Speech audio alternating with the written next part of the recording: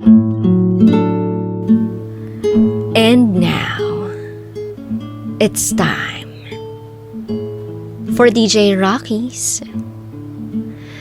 Secret Files. Muntik ko nang ibigay ang sarili ko sa hindi ko boyfriend. Hi DJ Raqi, I'm a big fan of your radio program. I always listen to your stories and follow your radio program through Facebook and YouTube. Itago nyo na lang ako sa pangalang Mika. Kasalukuyan ako nagtatrabaho as an OFW dito sa Europe. Hindi ko nga alam kung paano ko ikukwento ang muntikan ko ng malaking kasalanan sa sarili ko. But here it goes. This is my secret file. 4 years ago, I was studying a language course in the Philippines na kailangan ko for my current job. Naging close ako sa lahat ng mga classmate ko sa language course na yon. Both men and women. But there was this particular guy na sa unang tingin ko pa lang, pumukaw na ng pansin ko. Siya yung tipong quiet, shy type kind of person. Smart, tall, at may pagka-chubby, pero halatang pogi, kahit na nakasalamin. Itago natin siya sa pangalang Carl. Paminsan, nakikita ko siya na tinitingnan ako. Inisip ko baka may crush rin siya sa akin. Parehas kami ng age, at hindi naman nagtagal, naging kaklose ko na siya. Kasi may pagkamadaldal talaga ako. And I'm a very friendly person. Napansin ko rin na laging magkasama sina Carl and Nick. Si Nick, kaibigan niya na matagal niya na rin katrabaho. Classmate din namin. They've been friends for almost 10 years at nagkakilala sila through work.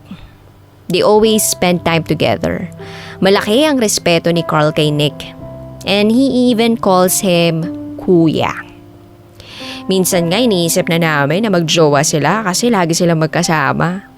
Pero hindi naman, because we all know na merong long-time girlfriend si Nick.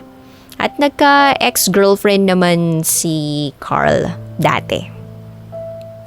Small group lang ang klase namin. 15 lang kami. So hindi nagtagal, naging parang magkakapatid na kami. Sa sobrang close, we always hang out together after class. Especially kaming tatlo nila Carl and Nick. Kasi malapit lang yung inuupahan kong apartment sa mga bahay nila. They are from Manila at sila yung tumutulong sa akin para makahanap ng magandang place since hindi ako taga Luzon. Okay na rin sa akin yun para na rin if gagabihin sa klase may kasama akong uuwi.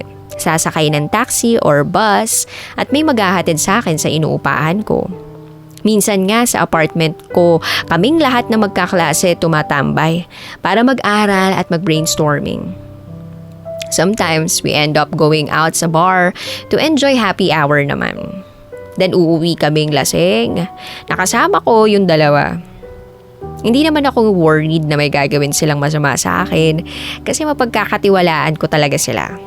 Mga desenteng tao sila and I know I can trust them. Then one night, nasa bar kami sa may bandang QC. Biglang tumawag yung girlfriend ni Nick. May emergency raw. Agad-agad namang umuwi si Nick at naiwang kami kasama pa ng mga iba naming kaklase. Nag-worry kami and sasamahan pa sana siya ni Carl pero hindi pumayag si Nick. Kasi birthday celebration ko yun at wala akong kasamang uuwi ng Manila. So nagpatuloy yung party namin at naparami na ang inom ng lahat. Masaya, maingay, nagkwekwentuhan, naghahalakhakan. Then before midnight, nagyaya na kaming umuwi kasi yung iba may curfew sa dorms nila. Medyo tipsy na rin ako that night. Pero alam kong hindi naman ako lasing. Hindi naman ako mahilig uminom pero mataas lang talaga yung tolerance ko sa alcoholic beverages. So, sumakay kami ng taxi ni Carl. Then siya lang yung kasama ko. Kasi kaming dalawa lang naman yung taga Manila. While the rest, puro mga taga QC. Wala kaming kibuan sa loob ng taxi. Hindi ko alam but I can feel a tension inside the car. Hindi ko ma-explain kung ano but Carl was really quiet. Ako naman hindi rin nagsalita. Inisip ko baka naparami lang ang inom niya at iniiwasan niyang magsalita kasi baka masok ka siya or what. Hindi ko kasi napansin kung nakailang bote siya ng inom ng alak kasi I was so busy ignoring him the whole night. Tsaka puro chika ako dun sa mga girl. Ewan ko ba? Pero minsan ginagawa ko yun sa kanya. Yung bigla na lang na hindi ko siya kakausapin tsaka papansinin. Siguro kasi takot akong malaman o mahalata niya na may gusto ko sa kanya. O kundi, kaya sinasadya ko yun para mapansin niya ako. So, ayun. Pumara siya ng taxi sa harap ng apartment ko. Nagpaalam na ako sa kanya at bumaba na ako after kong iabot yung bayad kay Carl na hindi naman niya tinanggap. Birthday gift ko sa'yo, sabi niya sa akin. Ngumiti ako at nagpasalamat. Then tumalikod na ako. Pasuray-suray ng konti yung lakad ko going to the door. Narinig ko na umalis na yung taxi. Napapikit ako at napabuntong hininga. Nasabi ko na lang sa sarili ko, ay, ang gwapo niya talaga at ang bango ka pa. Kailan kaya niya ako liligawan? Maganda naman ako. I unlocked the front door of my apartment nang may narinig akong nagsalita sa likod ko. Can I come in? Si Carl. Napasinghap ako kasi hindi ko namalayan na nasa likod ko pala siya. Hindi ko napansin na bumaba rin pala siya ng taxi. Napatango ako ng marahan at pumasok na kami sa apartment ko. Tinanggal ko ang high heel shoes ko kasi masakit na yung mga paa ko. At dahil siguro sa nakainom ako patay mali siya akong nagtanggal ng bra through my sleeveless dress. Kahit hindi pa ako umaabot sa kwarto. Habit ko kasi yun. Huli na bago ko naalala na may kasama pala ako sa living room. Napatawa na lang ako at nagsorry sa kanya. Ngumiti lang si Carl at umupo sa sofa. Gusto mo ng coffee? Tanong ko sa kanya. Tumanggi siya at ngumiti lang siya sa akin. Nagpaalam ako na papasok na muna ako ng kwarto at magbibihis ng pambahay. Tumango siya at sabi pa sa akin ay makikigamit siya ng toilet na nasa bandang kusina. Alam nilang lahat ng mga kaklase ko yung iba't ibang parte ng bahay ko kasi sanay nga silang tumambay sa inuupahan kong apartment. So habang nagtatanggal ako ng makeup, napaisip ako kung bakit andun si Carl sa bahay. Bakit hindi siya umuwi? Yun naman yung lagi niyang ginagawa dati after nila akong ihatid ni Nick. Nagbibihis na ako nang biglang narinig ko ang mahihinang katok sa pintuan ng bedroom door ko. Kinabahan ako. Bumilis ang tibok ng puso ko. Mabilis akong nagbihis ng pajama at dahan-dahan kong binuksan ang pintuan. Nakayuko si Carl. Carl? Mahinang sambit ko. Nagulat na lang ako nang bigla na niya akong niyapos at hinalikan sa labi.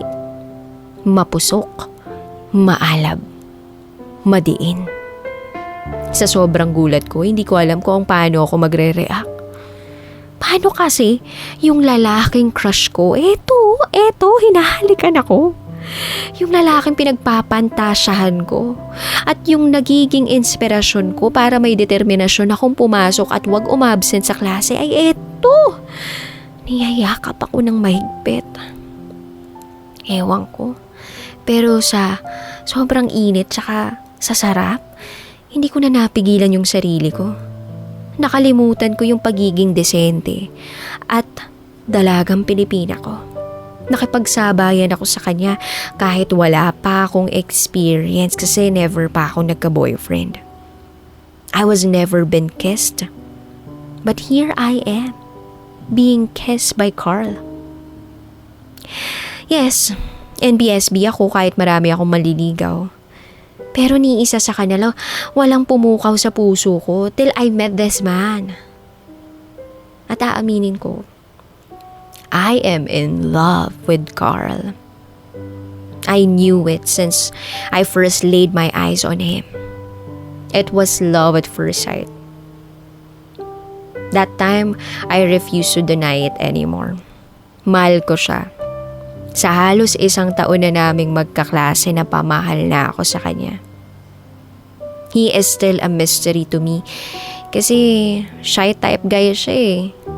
Pero that didn't stop me from falling in love with him.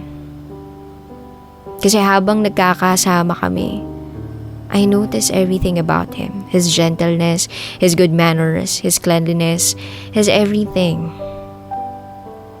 Alam kong nakainom kaming dalawa at mali yung nangyayari pero wala kaming relasyon.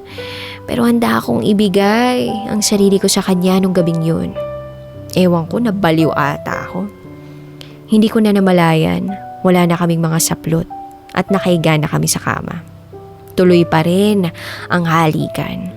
Handang-handa na ako sa mga susunod pa na mangyayari nang biglang napansin ko na may mga luha sa mga pisngi ni Carla. Natigilan ako at hinawakan ko ang pisngi niya. Umiiyak si Carl. Bakit? Mahinang tanong ko. Natigilan siya. Bigla siyang napahagulgol at niyakap ako ng mahigpit.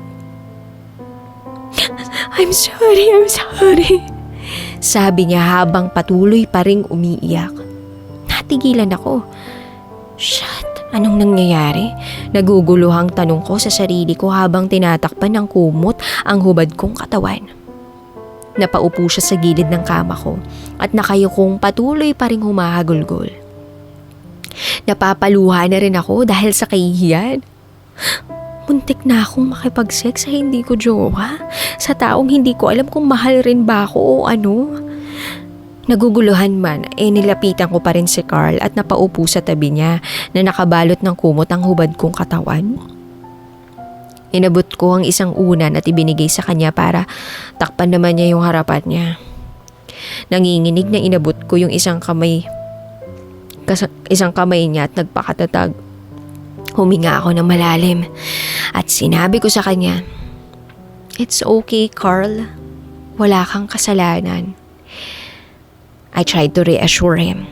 Iniisip ko na baka umiyak siya ay dahil sa muntikan na niya kung alam mo na dahil he took advantage of my tipsy state. Tumingin siya sa akin at doon ko napansin na bloodshot ang mga mata niya. Pulang-pulang mga ito at hintik. At alam kong hindi lang siya nakainom. Lasing pala talaga siya. Hindi ko napansin yun before kasi nga dahil iniiwasan ko siya. Iniiwasan ko siyang tingnan tsaka kausapin sa bar. May problema ba? Tanong ko sa kanya. Yes. Mahina niyang sambit. Gusto mo bang i-share sa akin? Kinakabahang tanong ko. Ito na ba?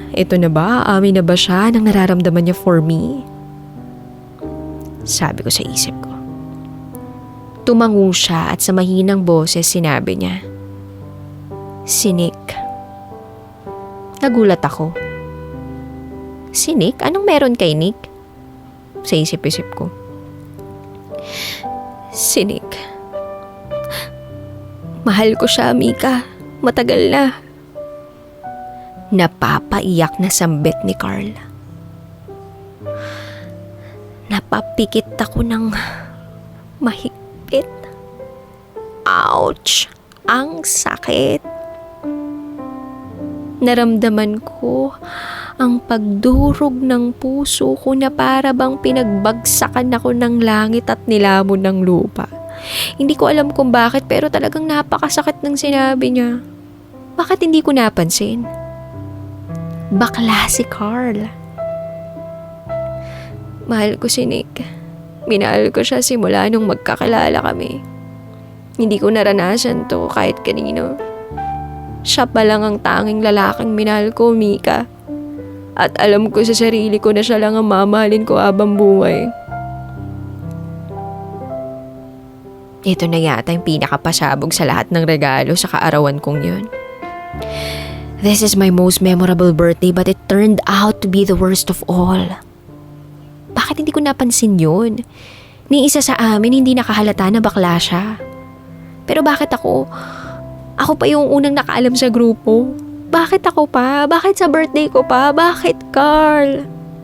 Gusto kong itanong sa kanya lahat ng yun pero I kept my head sane. I needed to stay strong kahit unti-unti na akong nangingina. Alam ba ni Nick? Tanong ko. Habang unti-unting sinasaksak ang puso ko. Kusang lumalabas yung mga tanong na yun sa bibig ko. Kahit parang nasusuka na ako na hindi dahil sa hero kundi dahil sa sobrang sama ng loob. Hindi. Ayokong malaman niya. Baka iwasan niya ako. Sabi ni Carl. Tumahimik siya sandali at nagpatuloy. Ikakasal na siya. Ikakasal na sila kasi buntis si Trish. Umiiyak pa rin na sambit niya. Hindi na ako nagsalita. Si Trish ang long-time girlfriend ni Nick. Paano ko ba siya i-comfort kung ako mismo nasasaktan din? Hindi dahil sa mga sinasabi niya about kay Nick, kundi dahil sa broken-hearted ako nang dahil sa revelasyon niyang bakla siya. Wala na akong masabi. I'm lost for words. Ang daming information na hindi ako handang malaman. Gulong-gulo yung isipan ko.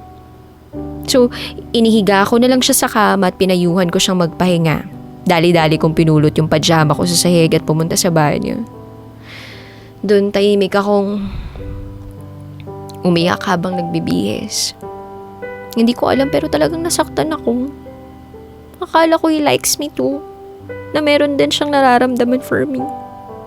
Ibig sabihin ba na yung mga nakaw na tingin niya sa akin dahil sa gusto niyang i-share yung lihim niya sa akin at hindi dahil may gusto siya sa akin? Na kaya pala napalapit siya sa akin ay dahil para may mapagsabihan siya ng nararamdaman niya for Nick? Pero anong ibig sabihin ng mga yakapatalik niya? Ano yun?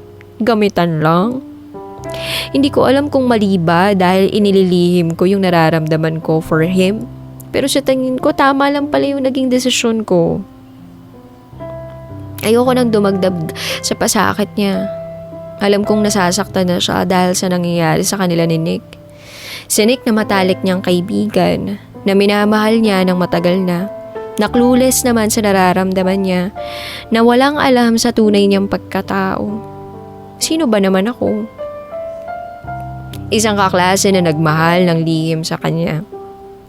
Napilit na maging kaklose niya kasi pinagpapantasyahan siya na gawing jowa. Na nagbabaka sakali na mapansin niya.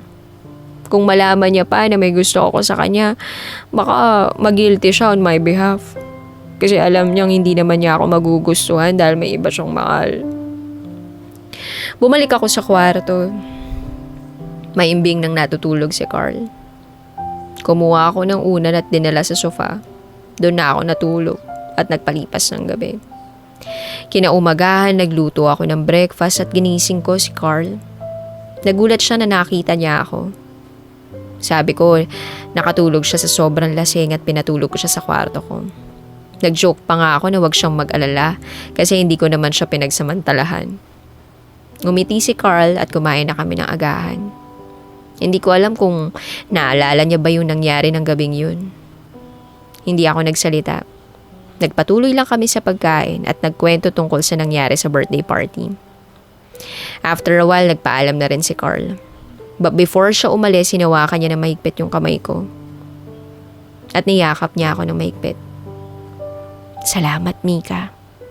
Bulong niya sa akin. Tumangulang ako. Hindi ko alam kung anong ibig niyang sabihin, but I took it as pasasalamat dahil sa hindi na ako nagsalita about sa nangyari last night. Alam kong naaalala niya lahat ng nangyari. Nagpatuloy kami sa pagiging friends ni Carl na walang ibang nakakaalam sa nangyari sa amin ng gabing yun. Wala akong ibang sinabihan. Nagtapos ang language course namin na nakapasa naman ako agad sa exams. And right after that, nakalipad going to Europe to work here. Kasalukuyan ako nagtatrabaho sa isang malaking kumpanya. And yes, I met my Prince Charming here. Foreigner, mabait, gwapo. He is the man of my dreams. And we are planning to get married soon. Wala na rin akong balita kay Carl. Sinadya ko na rin yun. So that I can move on and let go of my feelings for him. We are still friends on FB but I unfollowed him para hindi ko na makita sa newsfeed ko yung mga post niya. Si Nick and Trish naman kinasal na before ako nakaalis ng Pinas. I even attended their wedding. Lahat kami magkakaklase sa language course including Carl. Minsan iisip ko, what if nalaman ni Carl na mahal ko siya? Hindi kaya gamitin niya lang ako para gawing panakipbutas kay Nick? O baka naman iwasan niya ako? Anyway, I will never find the answers because I chose to avoid being used by the person I love. Oo, umiwas ako, nagpakaduwag ako. Kasi hindi ko inamin yung naramdaman ko kay Carl. But it was for the best, for everyone, for my good interest. He will never be mine because he was never interested with me. He's in love with his best friend, and I refuse to get involved in that situation. Minsan, may mga tao tayong minamahal na hindi tinadhana para sa atin. Na kahit gaano pa natin sila kagustong ipaglaban, hinding-hindi pwede. Kasi alam na natin na hindi sila ang para sa atin. Minsan mas mabuting gamitin ang utak kaysa sa puso kasi mas nakikita ng maayos ng utak natin ang mga bagay na nagpapabulag sa ating mga puso. Mahal mo nga, pero may mahal naman siyang iba. Mahirap makipag-compete sa isang relasyon na never naman nasimulan. Na hanggang sa pantasya lang nabuo. At hindi na nakarating sa realidad. Sana kapulutan ninyo ng aral ang kwento ko. Ng first love ko. Na never meant to be. Maraming salamat. Muli, ako si Mika. And this is my secret file. Always your number one SM radio station. Love Radio. Kabisyo, nakarelate ka ba sa secret file na binasa ko? Kung nakarelate ka, mag-subscribe ka na dito sa aming YouTube channel at pindutin mo na rin ang notification bell para updated ka sa mga susunod na episodes ng DJ Raqi Secret File.